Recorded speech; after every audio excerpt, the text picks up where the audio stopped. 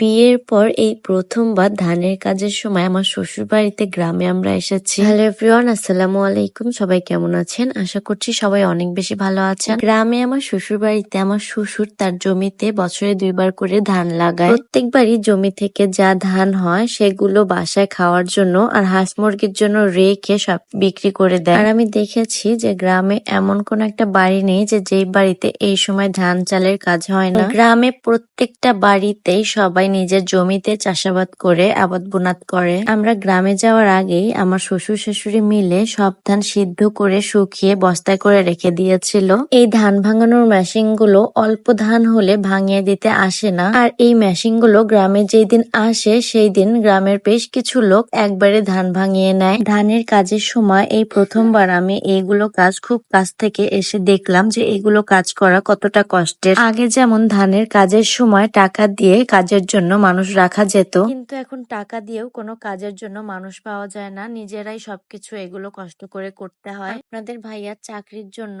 আমাদের যেহেতু বাইরে থাকতে হয়, এই জন্য আমি বিয়ের পর থেকে কোনোবারই গ্রামে এসে ধানের কাজ করতে পারি না। আর ময়মনসিংহ থেকে নওগাঁ দূরত্বটাও অনেক, আর আপনাদের ভাইয়া অফিস থেকে যে কোনো সময় ওইভাবে ছুটিও নিতে পারে না, অনেক দূরের পথ। এই জন্য আপনাদের ভাইয়া আমাকে একাও আসতে দেয় না কখনো। আর এইবার ধানের কাজের সময়ও আপনাদের ভাইয়াকে আমি ডাক্তার দেখানোর জন্য নাটোরে এসেছিলাম। আর ডাক্তার দেখানোর পর ময়মনসিংহে চলে যাওয়ার আগে আপনাদের ভাইয়ারও অফিসের বেশি দিন ছুটি ছিল না, তো আমরা গ্রামে গিয়েছিলাম আমার শ্বশুর শাশুড়ির সঙ্গে দেখা করতে। বাসায় মেশিন নিয়ে এসেছিল ধান ভাঙানোর জন্য। সকাল সকালই আমাদের বাসায় যেহেতু সবাই ধানের কাজ করছিল, আর আমি এদিকে সবার জন্য দুপুরের খাবার রান্না করছিলাম। আর এখন আমি মাটির চুলায়ও খুব সুন্দরভাবে রান্না করতেও শিখে গিয়েছি। আজকে আমি মুরগির মাংস রান্না করছিলাম, আর এদিকে পাতলা ডাউল আর ভর্তা ভাত রান্না করছিলাম। ডাউল রান্না করার জন্য আমি ডাউল প্রেসার কুকারে দিয়ে গ্যাসে সিদ্ধ করে নিয়েছিলাম। আর আমাদের বাসার সবাই মাংসের চেয়ে মাংসে দেওয়ার আলুই বেশি পছন্দ করে,